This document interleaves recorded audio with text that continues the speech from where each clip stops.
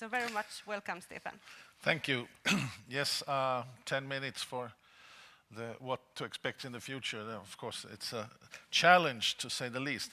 But fortunately, coming last with these excellent speakers before me, a lot of what I was going to say is already said.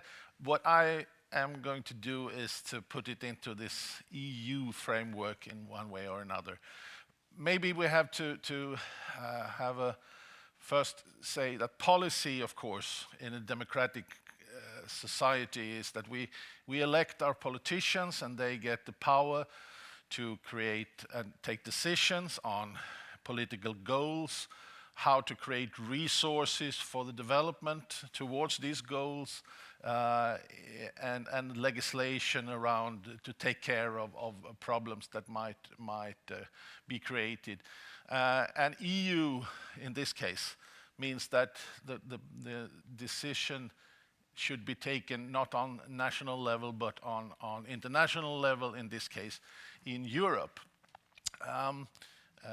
Yes, and we start with the President Juncker of the Commission, who recently had a State of the Union speech.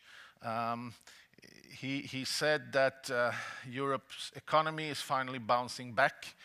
And he also said in the end there that this means that it's now time to build a more united, stronger, and more democratic Europe for 2025.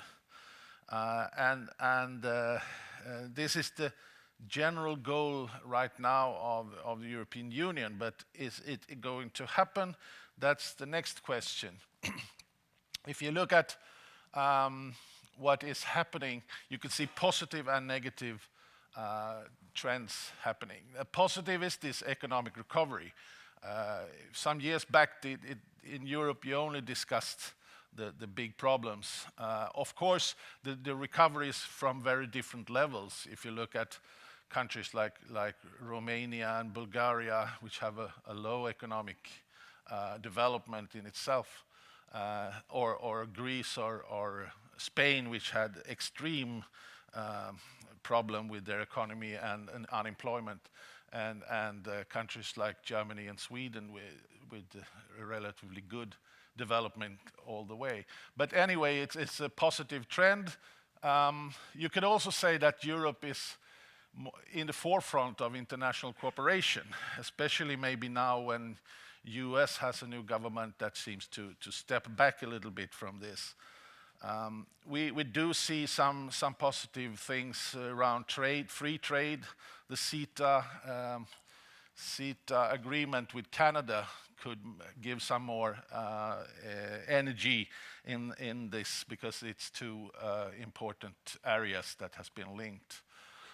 There is also focus on better regulation in the EU, which is very welcomed, I think, because a lot of what has been created has been very difficult to govern, I would say, because of the system, the legislation has been created in the EU. So it's nice. And some positive signs you can see regarding energy and climate impact. I will also say that we have in Europe, after all, there is a focus in many countries on these issues. But of course, there are challenges. Now everything is challenges nowadays, not problems, as you have often seen, I guess. Brexit is, of course, something which is very much discussed in media. Of course, we need to know what will happen there, what will happen with trade inside Europe after Brexit. But also, I think a very important issue is the EU budget, because UK has been contributed to this budget. What happens when they are no longer there? If you hear some countries, Swedish Prime Minister, they say that we have to lower what we can do in Europe, whereas the countries that get money from Europe says that we won't go down, we need to do more and not less. This is a problem. And I would say that the populist politicians' gains in many member states is a problem, especially as most of them are anti-EU. Even in some cases, you see this authoritative tendency, which of course is very much a problem for developing a common union. And there is an East-West divide, especially in these days where we discuss this social pillar. You could see that there is very much a East-West divide that we have to take care of. There is also no unity about this more Europe that the Juncker spoke about. EU taxes, EU Minister of Finance, more countries going into the euro, common foreign policy. There is surely no common view on that yet, at least. So for me, the conclusion is that there is an uncertainty of EU reform pace. On the other hand, if we move towards transport policy, you could say that these areas where it's already been agreed that EU has a need for common politics and common policies and common legislation, it might be more easy to move forward. And transport policy is one of those areas. Now, we've already spoken about the UN sustainability goals. I just thought about that the megatrend will, of course, influence what will happen in EU legislation and transport policy, like in everything else. I think they are going to be very important because they are surely, as already has been discussed, covering all areas where policy is needed. Climate change is still going to be very important energy questions. Of course, we have a COP23 in Bonn right now, which maybe can give extra push also on the EU side on what is needed, because it's surely needed to have international cooperation around these issues. And Europe is in the forefront of that right now, at least. Discussion of circular economy and circular society, I think, will gain more and more ground also. And this will also have an impact on transport policy. And then we have these globalization issues, immigration and globalization. I read an article, I think it was a British writer who had created these terms, anywheres and somewheres. The anywheres are the people who are in one way or another winners in globalization. They work in professions and in businesses that is growing and is global. It might be IT, it might be finance, it might be communication, and they tend to create a lifestyle that is very much alike all over the world. And they tend to be very liberal and so forth. Whereas the somewheres are the ones who still define themselves as very much national people or ethnical people, or in some cases professions, etc. That is more linked to older society. And the somewheres are the ones who more easily be affected by populists, I would say. So this is something that the politicians have to deal with. I think this will show up more and more. Digitalization, of course, is a general trend that is going to affect politics everywhere, also in EU. These terms, Internet of Things, mobility as a service, etc., you hear them a lot. They will come into transport policy. I decided to use the old Brundtland 3 type of sustainability when I go through what I think is going to be the areas where EU transport policy is going to be in the future, in the next decades anyway. Digitalization, automatization, we heard a lot about that. I very much doubt that in 12 years, 95% of the US transport would be in automatic vehicles. Maybe that was before the current administration in the US. But anyway, of course it will happen, but the tempo is of course a problem, because the politicians, the EU transport policy must be adapted, and it takes time. So, and also what the role of the European industry? There's a discussion about that. The unforeseen effects, it was already mentioned.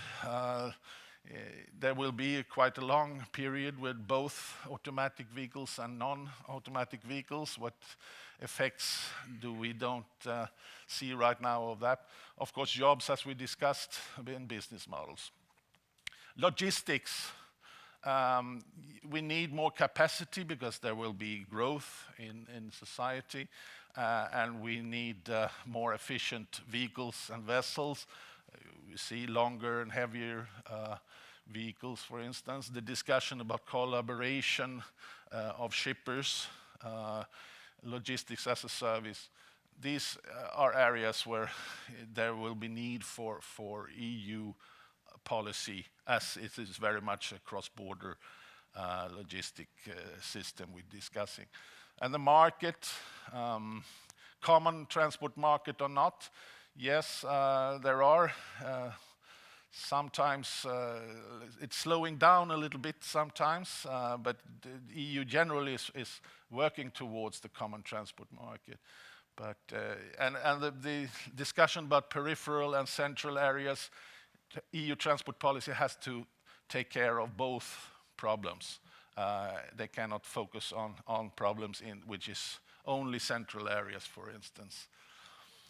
Third countries, yes, there are, of course, countries outside our own market that they also have to discuss in this economic side.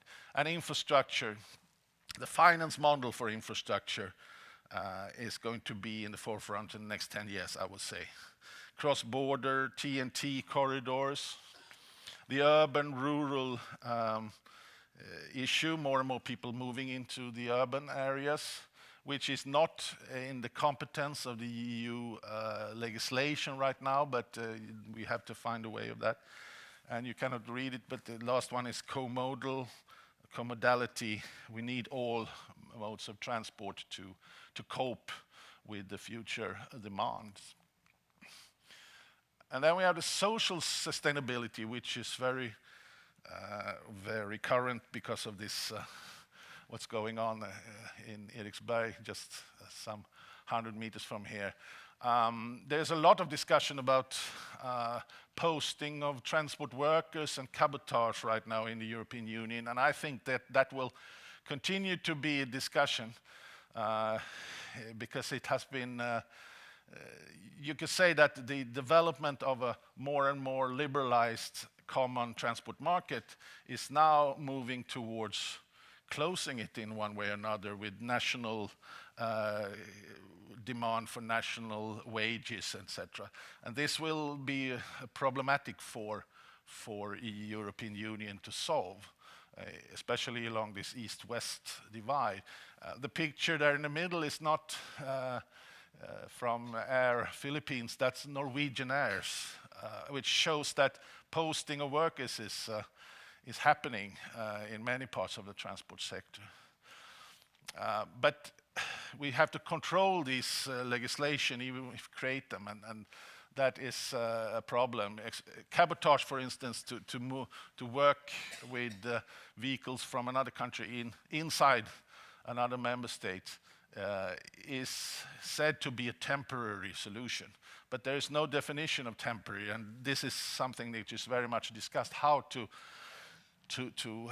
put legislation around this. Driving and resting time is another one. Where to sleep. It's easy to say that you should not sleep in the cab of a lorry, but then you have to leave the freight, and there has to be places where you could put it, which is safe. And this is not the case today, for instance. Traffic safety obviously important issue also for future. Ecological sustainability then. Yes, this is very much in the forefront of transport policy EU today and will continue to be because of the need for transition towards a fossil-free future. But there is a lot of questions coming up. For instance, biofuels, which is very current issue. We need to phase out fossil fuels, and then biofuels has been an interesting option. But then the discussion, what sources can we accept? Should there be taxes on this? Is this enough supply for Europe? I mean, there are demands for putting biofuels into with the quotas into the European Union fuel. But is there supply enough for that? And what will be the cost of these biofuels? Electrifications, everyone says that it's the way of the future, but we still have the problem with creating an economy around the batteries. And as long as there is not batteries for heavy vehicles, long distance, there is a discussion about e-highways, the electricity with catenary charging system, etc. This is going to be a big discussion, I think. Vehicle standards, typically European area. We need these type of standards. But still we don't even have a way of measuring carbon dioxide from lorries in the European Union. So there is a lot of things that must be created rather quickly here. Yes. This is the going. So I just round up with that infrastructure is of course important. Also, use a polluter pays. There's a lot of greenwashing where ministers of finances are discussing these issues, but really want money rather. Yes, and the last one, curbing mobility. So far, EU policy has been very clear that we should create ecological sustainability without curbing mobility. But I'm not sure that that will be so self-evident in the coming decades because of what's happening now in climate issues. So I think I'll round off that. Thank you. Excellent, Stefan. Thank you very much.